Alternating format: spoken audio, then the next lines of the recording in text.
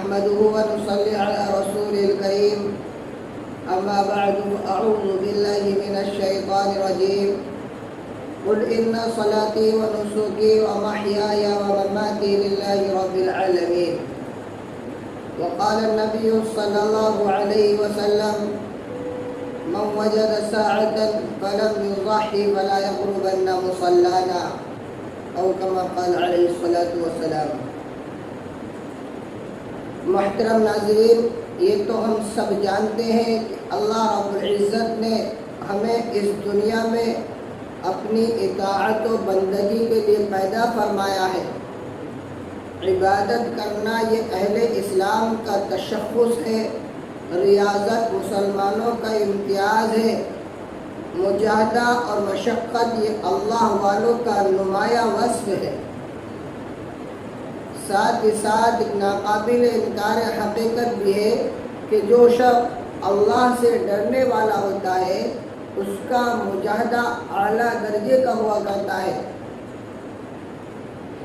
اس کی مشقتیں زیادہ ہوا کرتی ہے۔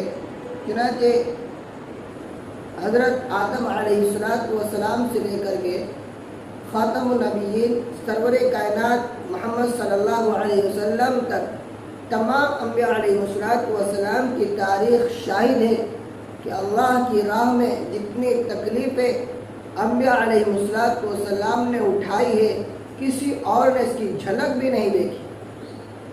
جتنے سخت امتحانات کی وادیاں اللہ کے محبوب رسولوں نے طے کر کے کامیابی حاصل کی ہے، کسی اور کے لیے سوچنا بھی جرم ہے۔ انبیاء علیہ السلام کا ہر عمل عبادت کا، ان کی ہر ادا ریاضت سے متصف تھی، اور وہ حضرات قرآن کریم کی اس آیت کریمہ کے حقیقی مصداق تھے۔ اللہ نے فرمایا وَمَا خَلَقْتُ الْجِنَّ وَالْإِنسَ إِلَّا لِيَعْبُدُونَ کہ انسان اور جنات کو صرف عبادت کے لیے پیدا کیا گیا ہے۔ خود نبی کریم صلی اللہ علیہ وسلم کی زبانی کہلوایا گیا قُلْ إِنَّ صَلَاتِي وَنُسُكِي وَمَحْيَايَ وَمَمَاتِي لِلَّهِ رَبِّ الْعَالَمِينَ۔ اے نبی آپ کہہ دیجئے، دنیا والوں کو بتا دیجئے، میری نماز، میری قربانی، میری موت اور زندگی سب کچھ اللہ کے لیے ہے۔ دوستو، یہ عید الاضحیٰ جسے ہم اور آپ بقرہ عید کے نام سے جانتے ہیں، انہی انبیاء علیہ السلام میں سے دو جلیل القدر پیغمبروں کے امتحان کا نتیجہ ہے۔ یہ مبارک دن حضرت ابراہیم علیہ السلام اور ان کے سراپا اطاعت گزار بیٹے کی قربانیوں کا ثمرہ ہے۔ اللہ رب العزت کو ان کی اطاعت و خیر نیازی اور امتحان خداوندی کی شاندار کامیابی سے اللہ کو اتنی خوشی ہوئی کہ قیامت تک آنے والے تمام مسلمانوں کے لیے اس سنت ابراہیمی کو زندہ اور باقی رکھنے کا حکم دے دیا گیا ہے۔ حضرت ابراہیم علیہ السلام کی پوری زندگی امتحان و آزمائش سے بھری پڑی ہے۔ اللہ نے آپ کو ایک کواکب پرست، بت ساز، بت گر باپ کے گھر پیدا کیا، اور آپ نے ایسی قوم میں نشوونما پائی ہے جو ستاروں کی پوجا کیا کرتے تھے۔ اللہ نے اپنے اس جلیل القدر نبی کو بچپن ہی سے امتحانات کی دنیا میں لگا دیا۔ اللہ نے یہ حکم دیا ابراہیم پہلے تو اپنے گھر میں جا کر کے میری خدائی کا اعلان کرو، اس کے بعد نمرود کے دربار میں جا کر کے میری وحدانیت و حقانیت کا پرچم لہراؤ۔ چنانچہ حضرت ابراہیم علیہ السلام نے پہلے تو اپنے والد آزر سے پتھروں کے پوجنے کی وجہ معلوم کی اور پوچھا یا ابت لم تعبد ما لا يسمع ولا يبصر ولا يغني عنك شيئا۔ اے ابو جان، آپ کیوں ان بے جان پتھروں کی عبادت کرتے ہیں؟ آپ نے ان کی آنکھیں تو بنا دی ہے لیکن یہ دیکھ نہیں سکتے، اور یہ اتنے کمزور اور بے بس ہے کہ ان سے آپ کا کوئی فائدہ نہیں ہے، آپ کیوں ان کی عبادت کر رہے ہیں؟ اتنا سنتے ہی آزر نے جوش میں آ کر کہا اے ابراہیم، اگر تم نے اپنی عادت نہ بدلی اور اپنی اس حرکت سے باز نہیں آئے اور یوں ہی سوالات پر سوالات کرتے رہیں تو میں تم کو اپنے گھر سے باہر نکال دوں گا اور تمہیں سنگسار کر دوں گا۔ ابراہیم علیہ السلام نے فرمایا ابو جان اس میں کون سی بڑی بات ہے، میں اپنے حقیقی مالک کی تلاش میں دنیا اور دنیا کی تمام چیزوں کو قربان کر دوں گا۔ چنانچہ ابراہیم علیہ السلام نے فرمایا سلام علیک سأستغفر لک ربی انہ کان بی حفیہ۔ ابو جان میں آپ کے بگائے جانے سے پہلے ہی جا رہا ہوں، البتہ ایک بات بتائے دیے جا رہا ہوں، آپ میرے والد ہیں، ابھی تک آپ میری ذمہ داریاں نبھاتے آ رہے ہیں، اس لیے میں آپ کے لیے اللہ سے مغفرت کی درخواست کروں گا کیونکہ میرا پروردگار بڑا ہمدرد ہے، بڑا مہربان ہے۔ محترم ناظرین، یہ ابراہیم علیہ السلام کا پہلا امتحان تھا۔ اس کے بعد ایک مرحلہ وہ بھی آیا جب ابراہیم علیہ السلام چاند سورج کی طاقت سے واضح ہو گئے اور ابراہیم علیہ السلام نے یقین کر لیا کہ چاند سورج ستارے قیامت کی صبح تک معبود نہیں ہو سکتے جب انہیں اپنے باقی رہنے پر کنٹرول نہیں ہے، یہ اپنی بقا کے ذمہ دار نہیں ہے، نکلنے اور ڈوبنے میں دوسروں کے اشارے کے پابند ہے، لہذا یہ معبود نہیں ہو سکتے۔ دھیرے دھیرے وقت گزر رہا ہے، ابراہیم علیہ السلام کی عمر بھی بڑھتی جا رہی ہے، یہاں تک کہ ابراہیم علیہ السلام 80 سال کی عمر سے زیادہ کے ہو گئے، لیکن اللہ کی قدرت میں غور کیجئے کہ ابھی تک ابراہیم علیہ السلام کے ہاں کوئی اولاد نہیں ہے، آپ کا کوئی وارث نہیں ہے، دکھ درد کا کوئی شریک نہیں ہے، بڑھاپے کا کوئی مضبوط سہارا نہیں ہے۔ چنانچہ ابراہیم علیہ السلام کے دل میں بھی اتنی بڑی عمر میں بڑھاپے کا احساس ہوا اور کہنے لگے اگر اللہ رب العزت اولاد عطا فرما دیتا تو بڑا احسان ہوتا، وہ میرے بعد دین کے چراغ کو روشن کیے رہتا، وہ میرے مشن کی باغ ڈور کو سنبھالتا۔ چنانچہ ابراہیم علیہ السلام نبی تو تھے ہی، نا امیدی خلاف شان تھی، فوراً اللہ کے دربار میں عرض کیا رب ہب لی من الصالحین، اے اللہ تو خوب جانتا ہے ابھی تک ہماری جھولی خالی ہے، ہم اولاد کی نعمت سے محروم ہیں، اس لیے اس بڑھاپے میں اولاد کی کمی کا احساس ہو رہا ہے، ہمیں ایک ایسا فرزند عطا فرما جو نیک اور صالح ہو، صلاح اور تقوی کا خوگر ہو۔ اللہ نے ابراہیم علیہ السلام کی دعا قبول فرمائی۔ اللہ نے فرمایا فبشرناہ بغلام حلیم، اے ابراہیم سنو، تم نے تو نیک اولاد مانگی تھی، صالح فرزند کی درخواست کی تھی، سنو ہم اسے نیک اور صالح بنانے کے ساتھ ساتھ حلیم و بردبار بھی بنائیں گے، اس لیے کہ ہم جانتے ہیں اسے ابھی امتحانات کی وادیاں طے کرنی ہے، اس لیے ہم اس بچے کو پریشانیوں اور مشقتوں کو برداشت کرنے والا بھی بنائیں گے۔ چنانچہ اللہ نے حضرت ابراہیم کی دعا قبول فرمائی اور حضرت اسماعیل علیہ السلام کی ولادت بھی ہو گئی، لیکن امتحان کا سلسلہ ختم نہیں ہوا، بلکہ پچھلے امتحان سے زیادہ سخت امتحان کا وقت آیا۔ اللہ نے ابراہیم علیہ السلام کو یہ حکم دیا اے ابراہیم اس بچے کو اور اس کی ماں کو ایک ایسی وادی میں چھوڑ آؤ جہاں نہ دانا ہو، نہ پانی ہو، نہ انسان ہو، نہ حیوان ہو، وہ وادی ایسی ہو جہاں پر پانی کا کوئی نظم نہ ہو، کھانے کا کوئی انتظام نہ ہو۔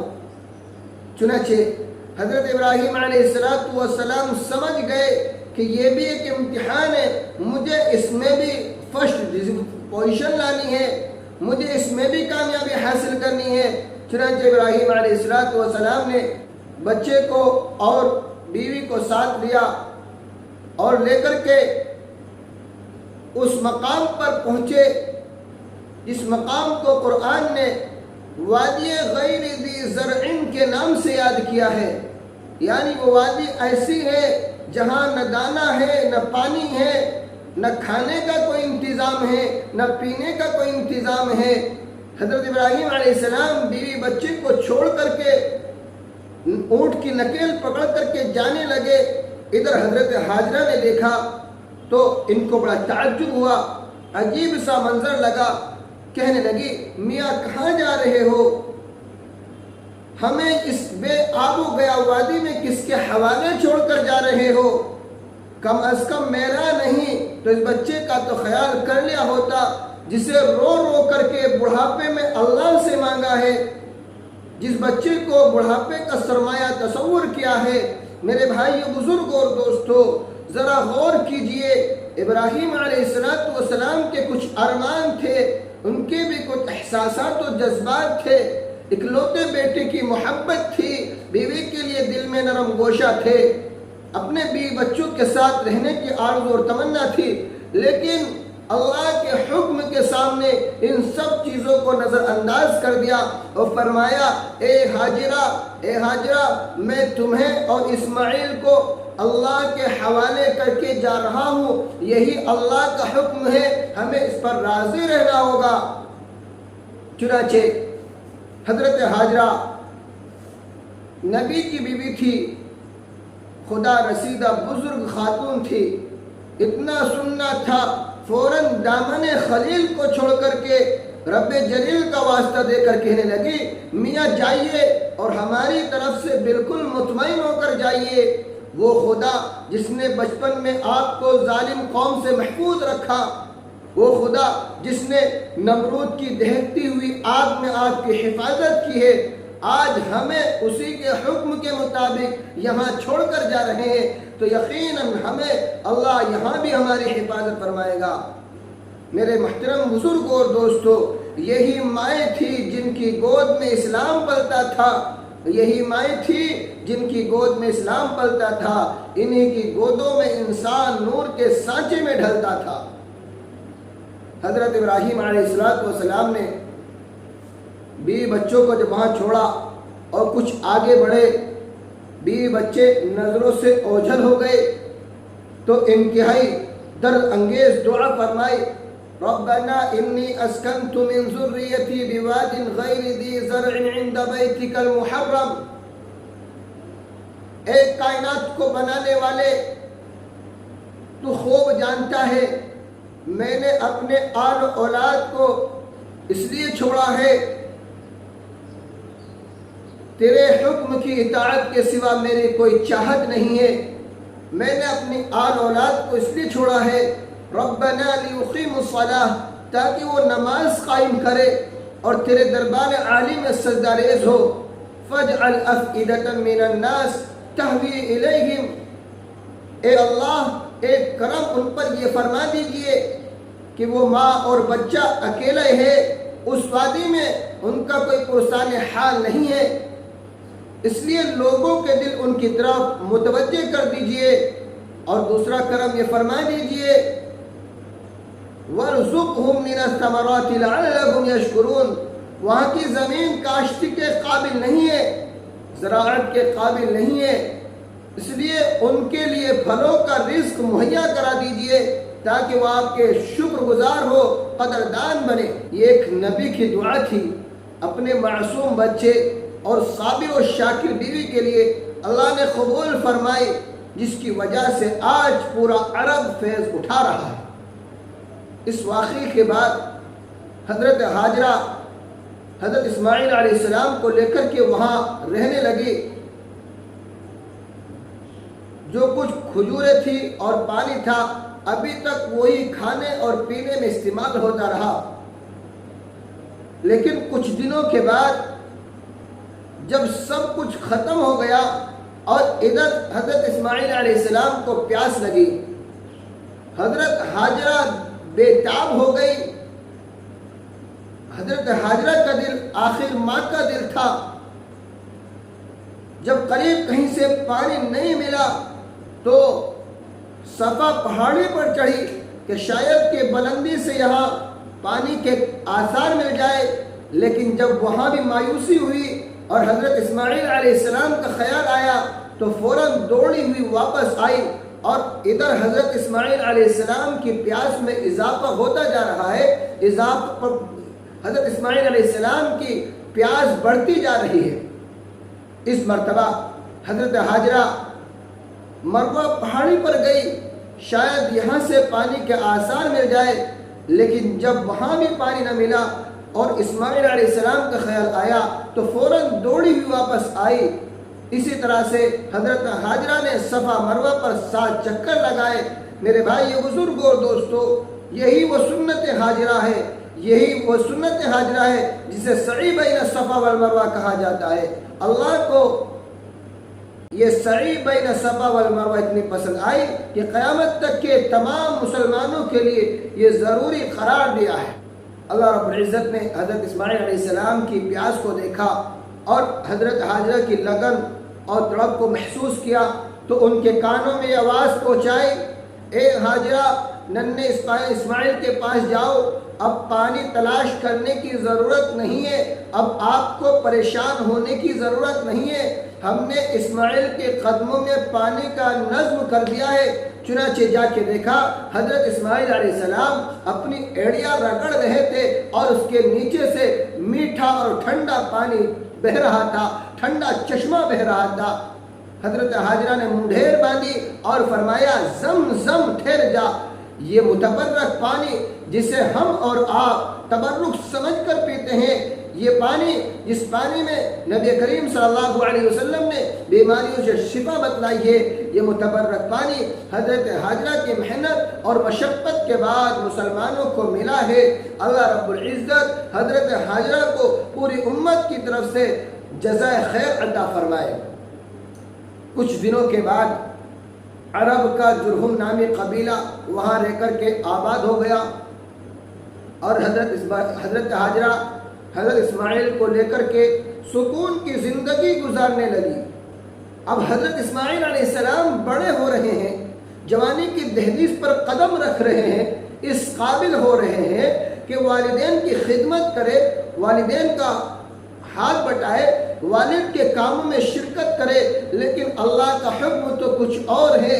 اللہ کی طرف سے یہ حکم ہوا، ابراہیم امتحان کی تیاری کرو اور اس امتحان میں خود بھی تیار ہو جاؤ اور اپنے لخت جگر حضرت اسماعیل علیہ السلام کو بھی تیار کر لو اور ان سے کہو کہ ہماری راہ میں اپنی جان کی قربانی پیش کرے۔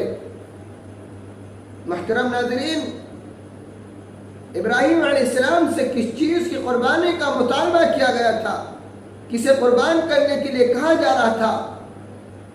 وہ بیٹا جس کو بڑھاپے میں حضرت ابراہیم علیہ السلام نے اللہ سے رو رو کر مانگا تھا، وہ لخت جگر جس کو حضرت ہاجرہ نے بے آب و گیا وادی میں پالا تھا، وہ ہر دل عزیز بیٹا جو اپنے خاندان کا ہونہار چشم و چراغ تھا، آج اسی قندیل کو بجھانے کا حکم دیا گیا ہے۔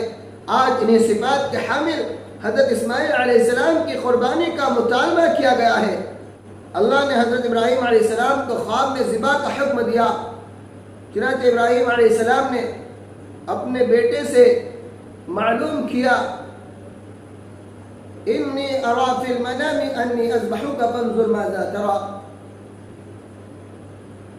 بیٹا میں آپ کو اللہ کی راہ میں قربان کر رہا ہوں، میں آپ کو اللہ کی راہ میں ذبح کر رہا ہوں، تمہارا کیا خیال ہے؟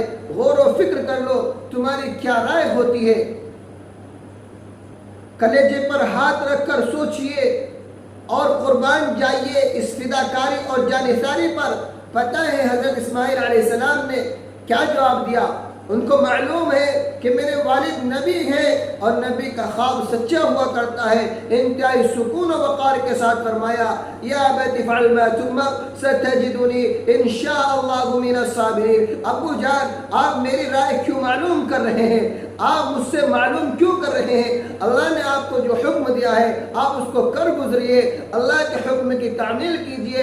رہا میرا مسئلہ تو میرا مسئلہ اتنا بڑا نہیں ہے، انشاءاللہ ستجدنی انشاءاللہ من الصابرین، میں تو اف تک نہیں کروں گا، انشاءاللہ آپ مجھے صابر و شاکر پائیں گے۔